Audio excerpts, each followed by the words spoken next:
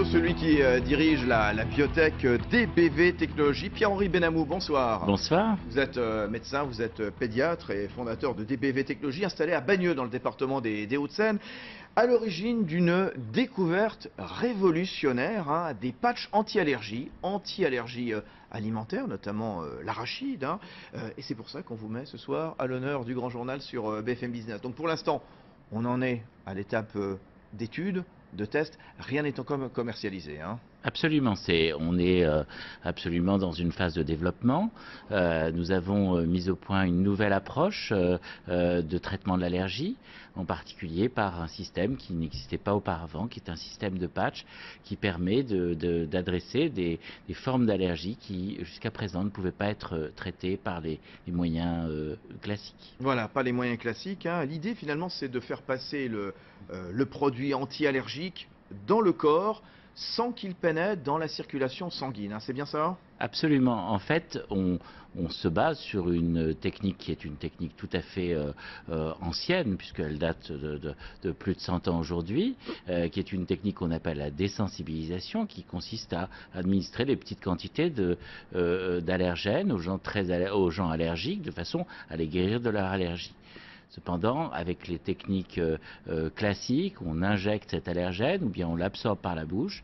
Et pour les allergies très sévères, comme certaines allergies alimentaires, et je pense en particulier à l'allergie à l'arachide, le risque est de passage dans le sang de l'allergène et donc des réactions qui sont pires que le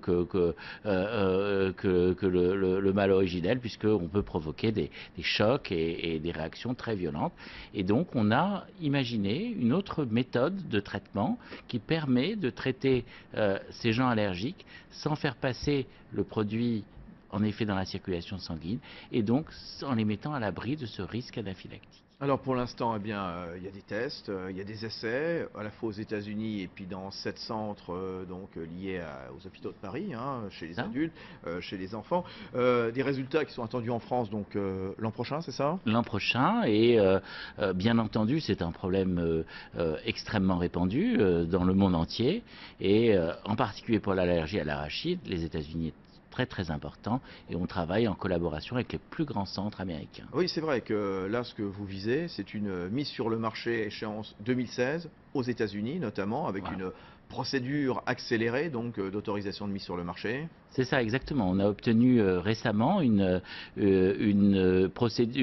bénéficier de cette procédure qu'on appelle le fast track, qui permet d'accélérer, lorsqu'il y a un besoin sanitaire très important, d'accélérer le développement d'un médicament. Et c'est ce que nous avons eu la chance de pouvoir avoir récemment. C'est testé sur une centaine de patients aux États-Unis. Pourquoi vous testez ça spécialement aux États-Unis? Pourquoi ne pas rester ici en France? Aux États-Unis, parce que l'allergie à l'arachide est un véritable problème de société là-bas. Et les gens sont extrêmement concernés par ce problème. Vous savez, le beurre de cacahuète, c'est quand même la base de l'alimentation là-bas. Et donc, c'est vrai qu'on envisage de viser d'abord le marché américain, mais bien sûr aussi en Europe. Et on fait un développement dans les deux continents. Un patch anti-allergie alimentaire lié à l'arachide, à terme un patch anti-allergie lié aux acariens, au lait également. Et c'est vrai qu'il y a un énorme potentiel, vous l'avez vu, donc vous à la tête de DBV Technologies, le marché potentiel est estimé à combien au total? Oh écoutez, c'est plusieurs milliards en tous les cas. Chacun des produits qu'on souhaite développer sont de véritables blockbusters.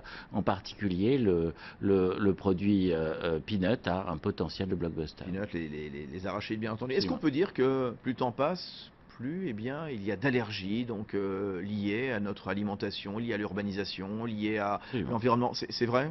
Absolument, oui. Si vous regardez la façon dont les gens se nourrissaient après la guerre et la façon dont on se nourrit aujourd'hui, on mange une variété infinie de composants. On a des produits qui ne sont passés que par l'industrie et donc qui ont été processés, modifiés. Et c'est pourquoi l'organisme se révolte un petit peu et que l'allergie se répand, et en particulier l'allergie alimentaire. Je regardais des chiffres en préparant le dossier pour ce patch anti-allergie. Problème croissant qui pourrait toucher jusqu'à 40% de la population adulte des pays développés, plus de la moitié des enfants des pays développés, et on dit que d'ores et déjà, bien, la moitié des Américains sont concernés, hein, plus de la moitié Alors des Américains. là, on est sur l'allergie en général et on considère en effet que la moitié des Américains sont sensibilisés à quelque chose et c'est probablement la même chose chez nous, sauf qu'on n'a pas les mêmes statistiques. Donc, Voilà, en tout cas, énorme potentiel, hein. Vous tout à fait. travaillez, il y a des tests, hein, donc marché estimé à peu ou prou 5 milliards de dollars, donc à échéance quand vous arriverez sur le marché, si vous y arrivez donc en 2016. Je disais DBV Technologies, donc installé à Bagneux dans le département des Hauts-de-Seine, société que vous avez créée donc en 2002, vous, Pierre-Henri Benamou. Comment est-ce que vous travaillez sur vos recherches? Vous travaillez en réseau? Est-ce que vous travaillez avec des universités, des instituts de recherche? Alors d'abord, on a une équipe formidable et des chercheurs de très haut niveau et un ensemble des ingénieurs et toute une infrastructure qui maintenant est en place et qui est extrêmement performante. Et bien entendu, on a des collaborations. On a des études qui vont commencer aux États-Unis dans les centres les plus performants et une étude en particulier qui est financée par le NIH, qui est l'organisme américain qui finance la recherche. Et on a, je crois qu'on collabore avec les plus grands centres du monde en allergologie et tout le monde est très soucieux de voir apparaître ce traitement qui est un énorme espoir pour beaucoup de monde. Est-ce que vous avez l'impression qu'il est plus facile de mener des recherches aux États-Unis ou en France, compte tenu de l'environnement fiscal, l'environnement réglementaire et puis le mécanisme peut-être des aides que vous avez cité il y a un instant, les relations avec les grandes universités américaines? Écoutez, je crois qu'on se plaint pas du tout en Bon, France. c'est bien. Je suis plutôt très positif. Moi, j'ai fait une carrière d'abord de médecin et quand j'ai décidé de travailler avec mes amis Christophe et Bertrand Dupont en particulier à la fondation de cette société autour de ce projet, qui est un projet médical, eh bien, j'ai été extrêmement aidé par toutes les structures, Oseo et maintenant de nombreuses structures. Je pense qu'on a cette chance ici en France. Alors DBV Technologies qui a soif de grandir nécessairement, vous avez besoin de fonds et vous allez donc, eh bien, vous avez déjà déposé donc un dossier pour vous introduire donc à la Bourse de Paris, c'est ça? Qu'est-ce Absolument. que ça va vous apporter? Racontez-nous un peu Ouais. Parce qu'on en parlait tout à l'heure avec Gérard Ramex, le médiateur du crédit, qui expliquait qu'il a sorti un rapport hier, qu'il est difficile pour les PME d'avoir accès donc sur la Bourse de Paris, sur NYSE Euronext. Les tarifs parfois un petit peu élevés, puis le fait que NYSE Euronext finalement c'était peut-être pas la priorité, les PME. Donc il a émis un certain nombre de recommandations. Vous, qu'en est-il justement? Témoignage ce soir. Eh bien, écoutez, pour moi,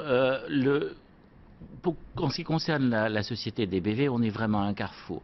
On a prouvé toutes les phases préliminaires et maintenant il faut que cette nouvelle méthode puisse se développer à travers ces 3 projets que nous menons de front. Et évidemment, vous savez que la recherche médicale est très gourmande en capital et que les besoins financiers sont très importants. Et à l'arrivée, bien entendu, on adresse de très gros marchés et seule cette solution de l'introduction en bourse nous a semblé être la solution la plus rationnelle pour nous. Et pour l'instant, ça vous semble facile? Vous êtes confiant? Par exemple, le fait que ce patch que vous essayez de mettre en place, ce patch de désensibilisation, finalement, ça se passe beaucoup aux États-Unis, loin finalement du continent européen. Est-ce que ça vous protège peut-être, justement? Ça vous donne un atout supplémentaire? Je ne crois pas. Je pense que d'abord notre développement est autant européen qu'américain et je crois que l'actionnariat de la société est extrêmement international et nous avons autour de la table des laboratoires de premier plan, dont des laboratoires américains. Donc nous sommes très habitués à gérer à la fois les actionnaires français et les actionnaires américains. Voilà, donc ce patch anti-allergie, donc qui est en test, hein, anti-allergie à l'arachide, à terme les acariens, le lait également, donc c'est mis au point, enfin en tout cas vous tentez de mettre ça au point chez DBV Technologies, donc cette biotech installée à Bagneux dans les Hauts-de-Seine que vous avez créée, que vous dirigez, donc vous Pierre-Henri Benamou, médecin pédiatre, merci, à très bientôt. Merci beaucoup. Bonne soirée.